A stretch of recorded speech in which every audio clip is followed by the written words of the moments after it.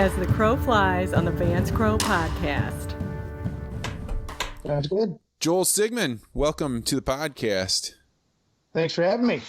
So you are a trusted contractor for me, somebody that actually did a fair amount of work in my house putting in a geothermal well drilling system. And I am running a podcast right now focused on the various perspectives about coronavirus. How is it impacting individuals and industries? And I thought of interviewing you because you're in a unique position in that you and your guys are having to go into people's houses right now and help them with their heating and cooling, something that can't be waited on. And yet people are afraid of having strangers in their house right now. So I wanted to call up and find out, what's the world look like from your point of view? Yeah, it's interesting because we've never run across this before. Always had times where you couldn't get into somebody's house, but not in a situation where their fear was you were going to bring in a virus. I haven't been there yet. So going through this, the first thing that we hadn't, usually this time of year we would be really busy starting maintenance, and that hasn't happened. We have, because one, that can be a question mark of essential or non-essential, but also some people just simply don't want you in your house. And we have a lot of older clients too. And even from our perspective, we're trying to look at it, and we understand that they may not want us in their house right now, especially when we have no way to test our people. They all may be just fine, but it's still that fear that's been put in everybody's mind from the news media that this is just so substantial. Now people are looking like everybody next to them might have this, so maybe I better be careful about who comes into my house. A few things that we've done is we've given our guys masks and gloves. So if they do have to be in somebody's house and they are particular, they have that there with them, that they can go ahead and put on a mask, put on gloves to make the homeowner feel much more comfortable about them having to be in their house. That's something that, before, if we carried a mask, it was for dust purposes. It wasn't for actually going in somebody's house. So a little bit of change of pace there. And how about your guys? Are they worried about this? Is this something they're just walking past? I mean, a lot of them have to have kids sitting at home with a spouse taking care of them while they're heading into the office every day. Well, heading into strangers' houses themselves. Right. I haven't gotten a lot of feedback from our guys that they're worried about it.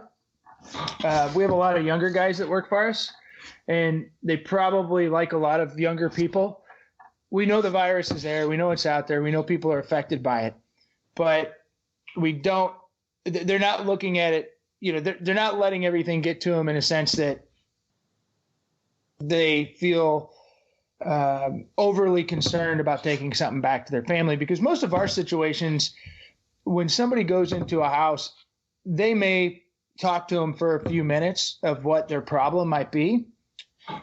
They may go down to the basement. They may go outside. So their interaction time is very little.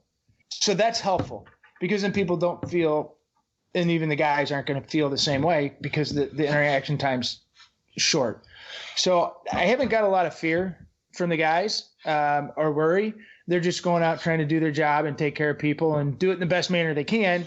And then they want to take the precautions that make people feel comfortable when they do go in their house. And maybe those precautions, for our guys, it's the hope that the people that are there tell us, hey, I've been sick, or, I can't come near you. I'm going to stay in my room if there is an issue. Because whether they have that or something else, we hope that common courtesy is there all the time. But I think now it's just becoming more visible that people take that common courtesy if they don't feel well to stay away from you.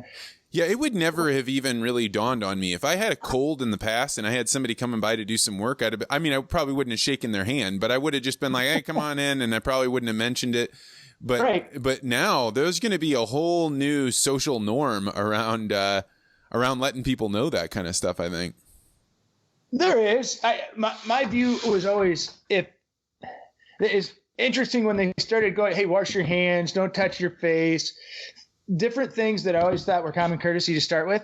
An expectation I would have if any of the people that worked on our team went into somebody's house, I would hope that they would take that common courtesy. If you've got a cough or sneeze in your arm, don't sneeze in your hand. You would hope that would be common courtesy all the time. It's unfortunate that now we have to tell people about it. If you go to the bathroom, wash your hands. They put some statistics out there that I thought were crazy. 40% of the people wash their hands coming out of the bathroom. I'm like, wait a second. I go in the bathroom just to wash my hands sometimes. I don't even have to use the restroom. So, people can use that common courtesy. Hopefully this will be the jumpstart that people use common courtesy, like you said, all the time. Hey, I can't shake your hand. I've been sick. So, I don't want to feel like I'm being rude. So I've been talking with a lot of guys that are in the ag industry and they're saying, hey, I don't have a choice. I got to get out there. I got to plant. I got animals I got to feed. And I think the same thing has got to be true of your line of work. I mean, maybe right now in St. Louis, in the St. Louis metro area, you can get away without having heating and cooling. But you got another couple weeks, another month, 2 months. It's going to be maybe not unbearable, but deeply unpleasant and probably unbearable for some folks. Right. What is it like having some people, huge percentage of the population being told shelter in place while you guys are going out and working? Is there bitterness there? Or is it just like, hey, we have a chance to work? How do you feel about this? I don't think there's any bitterness to anybody.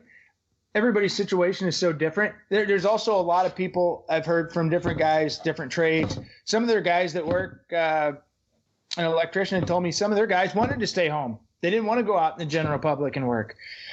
So you have, even within each company, you're going to have both sides where certain people want to work and certain don't. The biggest thing I look at, and I think the toughest thing that we're dealing with isn't what other people will look at and say, because you look at people that work in grocery stores that have to be there. They're more in a susceptible position than we are.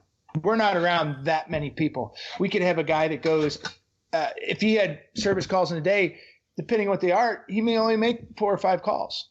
So we're not around a lot of people. Each serviceman may not be around a lot of people in one day compared to other industries that have to work. And we are essential. If you look at anything, even the restaurants right now, if people can't come in, but they're still doing takeout and their freezer goes down, the people in our industry have to be there to get that freezer going. We can't stop. Our warehouses have to be open, our supply houses. So that chain of people, there's still quite a few people out there working within that industry.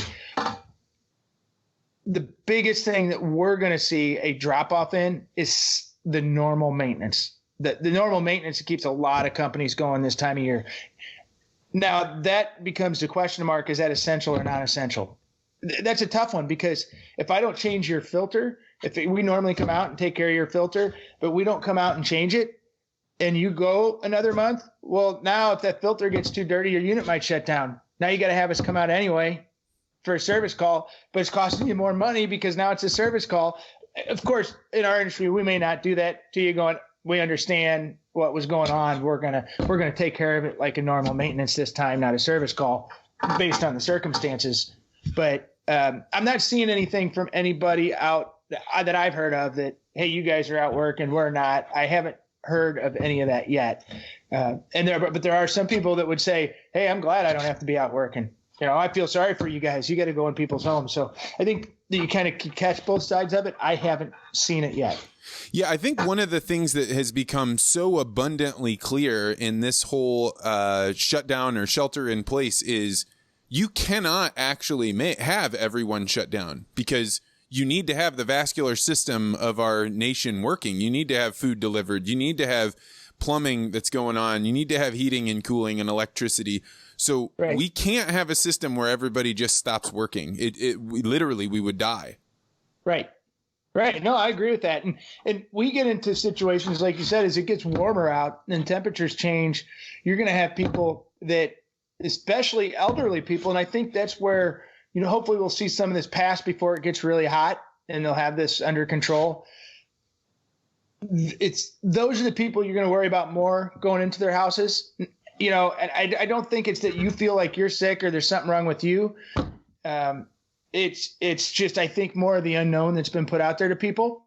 Even though right now the percentage of people that has it is very small, they've created through everything and the awareness, you'd almost think every other person you saw had it, right? So you've got to go into caution. When I say this with people that are a little older that are more susceptible, when their cooling goes out, many of them, if you have somebody that's on a breathing machine, you have to go to their house. They can't be without cooling because that's as detrimental to their life is if they got the virus. I mean, if they don't have cooling and their house gets too hot, that could have a horrible effect. So you've got to be there to take care of those people. So I see more of it coming down the line from a service side, maybe in a month or so, if this is still going on like it is. I mean, hopefully it won't be, but. How did you and your family personally prepare for when you started realizing, hey, this is looking like it's gonna cause some wrinkles? What did you guys do?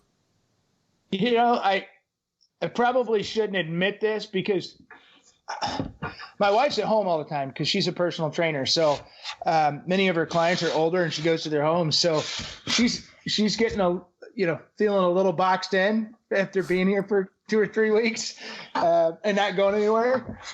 And she's literally stayed at home. I think she ordered her food from the supermarket and went and picked it up and they put it in their car. So she hasn't done much on her side. For me, it really hasn't changed because I go in the office a lot, and many of the places that I personally had to go, there may not be anybody there. If I go to a job site, if nobody's on that job site, I haven't seen a lot of that. So for me, it really hasn't changed much on what I've had to do, but my daily life wasn't always meeting with a lot of people. The biggest difference that I've seen personally from a work standpoint is just this morning I had a meeting and we were doing like we are now. We're sitting on a computer and looking at each other. The other odd thing is I had a doctor's appointment and that same thing. I didn't go in. I talked to him, I was staring at him through the computer. That's probably the biggest change that I've seen personally is a lot of the meetings now are online. And so how comfortable are you with that? Is that something you like? Is this experience awkward for you, or how does it feel? I don't mind doing it. My wife always tells me I probably shouldn't talk as much as I do. So the talking side of being here is easy. I do like I guess maybe it's my age, but I like the personal contact. I like being able to sit across from somebody and talk to them. I think it's just so much different. I didn't grow up in the age when I was a kid where I was texting everybody and there was Facebook and Twitter and all these things out there that your way of communicating was always through a phone or a computer. Mine was always communicating through, if you were on the phone, you were actually talking to somebody and you would meet them in person. So it works out, but yeah, I'd much rather meet somebody in person because I think, to me, you get to know people better. I think that this next generation of kids, the ones that are growing up right now, they will not even remember how. I think that the amount that they will meet with people on video will go up so dramatically as a result of this that there won't be a memory of when this was rare. Like, it used to be a big burden. For me, it used to be if somebody wanted to video chat, I was like, oh, why? Then I can't keep working on whatever I'm working on while I'm talking to you on the phone. And now, because we're kind of sequestered in our house, it feels incredibly gratifying to be able to see your face and to be able to like watch how you're reacting, see a smile, that kind of stuff. But our children will have no concept of how unusual this was for us. Right. And, I thought it was kind of odd. You're talking about, everybody's talking about social distancing. And I just thought, well, most of the kids today, and then you kind of saw the spring break thing, but like most of the kids today are so socially distanced already, because I remember my own son, it's kind of funny. I shouldn't say it this way, right? He's upstairs and I'm downstairs. You get lazy, I'll just text them to come down for dinner, right? So, the old days you ran up and knocked on their door and got them to come out of their room. So it seems like they're already there. So I mean, I definitely think that. I think that for if this had happened when we were kids, because we're about the same age, if this had happened when we were kids, we would have gone crazy because I'd have had 10 channels on TV and I'd have had one phone line that I would have had to have shared with 6 brothers and sisters and parents. And now these kids, they already have social communities built up. They have networks built up completely online. So maybe they're not seeing their girlfriend, after the basketball game, but they're definitely able to interact and communicate probably with a higher bandwidth than you and I can. I would say, yeah. This is, you kind of mentioned when I came on, it came up pretty quick. Well, I don't use this stuff every day, even though I have used it. So when I click on something, I just hope it works. Or if I've got a question, I'm going to ask my son how to use it. And you're right. This is going to have an impact on how people communicate through meetings for a long time. I think everything at a point, if you don't see anything like this for a long time, people tend to get over it. But that might be one of those things there that doesn't change, because it was already growing. And now you put it in a position where it's all people have is communication through. I mean, I'm sure Skype and a lot of these companies are really loving this now, because everybody's having to do it. You don't have a choice. If you want to talk to your grandma, you better hope she can figure this out, because you're probably not going to your house because you want to take that and be precautious that you're not going to get her sick. You don't know if you are, and you hope you're not. And there's no more putting it off. You can't be like, well, I'll figure that system out later. Oh, like now it's like I have to figure it out. So I two more questions that I wanted to ask. First is, so talk through maintenance for somebody. I mean, it actually could be a genuine problem that there aren't enough people willing to let HVAC people come into their houses. So talk us through some general maintenance. What should people be looking for on their heating and air conditioning? When do they know it's a problem they can solve versus a problem they should call you about? Or a guy like you? Yeah, I would say, and they definitely want to call us, right? I did. You're my guy. You're my guy. I would call you for anything. We got good people. They're nice guys. That's one thing. You got to have a good team first. A few things people want to look at, and probably the most common is things just get dirty. So if you've gone, especially if you have a minimal, like a 1-inch filter, if you have a 4 or 5-inch filter, a media filter, that's going to easily last you 6 months, or typically is going to last you 6 months, maybe longer. Look at those dates, the last time you had something done. If you don't feel you want anybody in your house to do any of these things, then check those filters. If they're really dirty, then, the worst case scenario is if you don't want to go out and get one, call. Because most of us have delivery guys. We'll drop it off on your front porch. That way you can put your filter in. There's a directional arrow. The other thing, you have interior equipment because it's geothermal. So you don't have condenser coils to clean, but a lot of people do. So if you have condenser coils to clean, you may want to go out and just look at them. Are they really dirty? What does a dirty condenser coil look like? Probably the most common you'll see is when you get like cottonwood and all that on it. And you'll see a nice layer of gray dirt over the fins. So when the fins get where you can't see separation anymore, even though it's small, then you're probably getting pretty dirty. You may want to clean it out, and you can take a hose and wash that out. The best thing to do is call and say, hey, I don't want to have anybody in my house. Here's a picture of my filter. Here's a picture of my coil. Does this look overly dirty? Should I do something? And then we could probably walk you through doing it. If it's somebody that's older, and you see the condenser coils dirty, the other thing you can do is say, hey, I want to have my stuff maintenanced, but I don't want anybody in the house. Okay, well, what's your filter like? We'll drop you the filter. You can put it in. Then we'll go ahead and clean everything outside, and we can go ahead and start the unit up outside, jumper it, make sure it runs, and then you'll be good to go. You don't even have to, touch us. Amazing, man. So you could do some of that in the summer. You're in a different case, but you don't get dirty condenser coils inside. You don't have a condenser coil, it's all buried. So if somebody has geothermal, the big thing is just going to be checking their filters. I checked mine, and you even emailed me to check it. Or text me. So, man, by the way, I love my geothermal system, right? Like, and I was hooked on it because my brother does the drilling for him. But when all this storm passes, if people have the time to do it, I highly recommend it. My house was more comfortable during this winter than it's ever been before, and I'm looking forward to summertime. Great. Yeah, and I usually don't hear that unless we're in a situation like this. You only hear about the problems. So usually if I don't hear from somebody, it's a good thing. Yeah. It's like just the opposite. And so the final question that I have for you, and I've been asking everybody this, is What do you think the world looks like in 2 weeks? Today is April 2nd. It's Thursday, April 2nd, 2020. What does the world look like in 2 weeks from today? That is a really good question. When I stand back and look at what we do, because that's the easiest perspective, something you do yourself,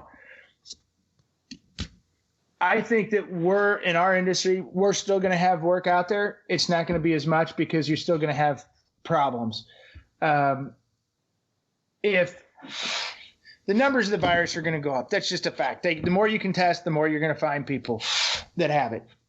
I don't think there's any way around that.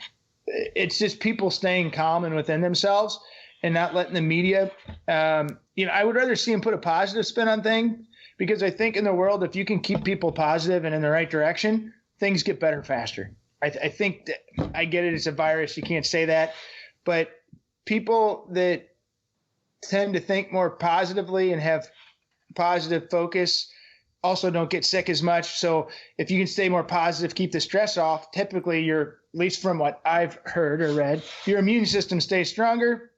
Your chances of getting really sick or having problems are a lot less. So, if they can keep people positive, I think, then things will start to turn around. If they keep pushing it and keep telling you how many people are going to die and they keep pushing a lot of negative things out there,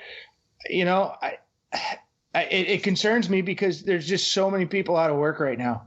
And I get it. The government's giving you some money out there to help people, but that also creates other problems 6 months down the line. And that's my biggest concern right now, is making sure that, and I think of everybody out there, but making sure that the guys that I have in our family at our company can keep working to pay their bills, to put food on their table.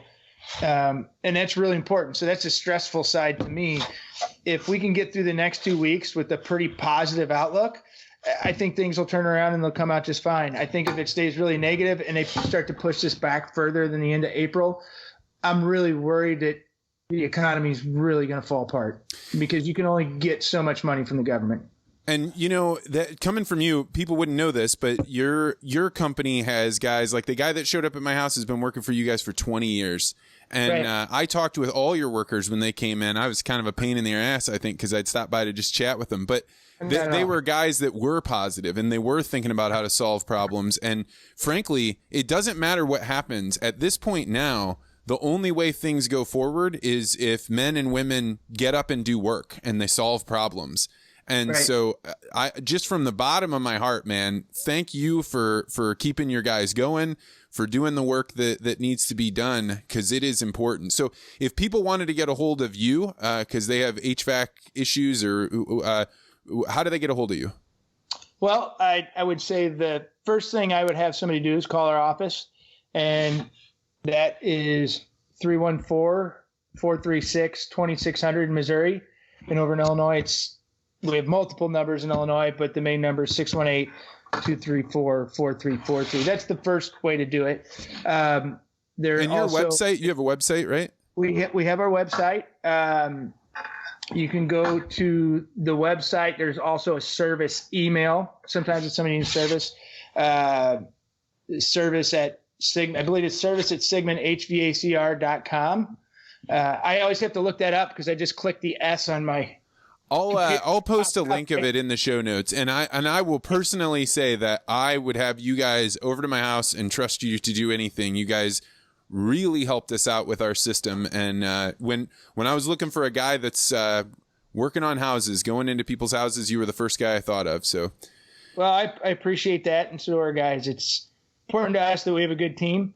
And so if you have a good team, the end result's going to be good. And that's what's important. And you want people happy, but you want to solve problems, and you want to make sure that you can get them back online. And that's why I tell people now, if anything, call and ask a question. If you have a problem, at least call and ask the question, even if you're concerned about people coming to your house, because then maybe we can figure something out not that we don't want to be there, because that's our livelihood. We do, but we can figure something out and help you get through it until a point where somebody can get there, or you feel more comfortable with somebody getting in your house and being there. So Amen, maybe you'll come up with a test here that we can, it'd be nice to have a test, Vance, that we could give to our guys to test for whether now or any time in the future. Hey, we've all been tested on Monday. Nobody has the virus. We just want to confirm that too, because then clientele would feel that would be nice. So Yeah, if they that come would up be. with something like that. I think you're also going to see a change in 2 weeks. If we have testing that can get us answers really quickly and it's a concern for people, I think we can then get rid of those concerns and then things will go much smoother. Amen. All right, Joel, thank you so much for taking the time, and keep up the good work, Yeah. man. All right. Thank you. Thank you. Appreciate it, Vance. See ya. Have a good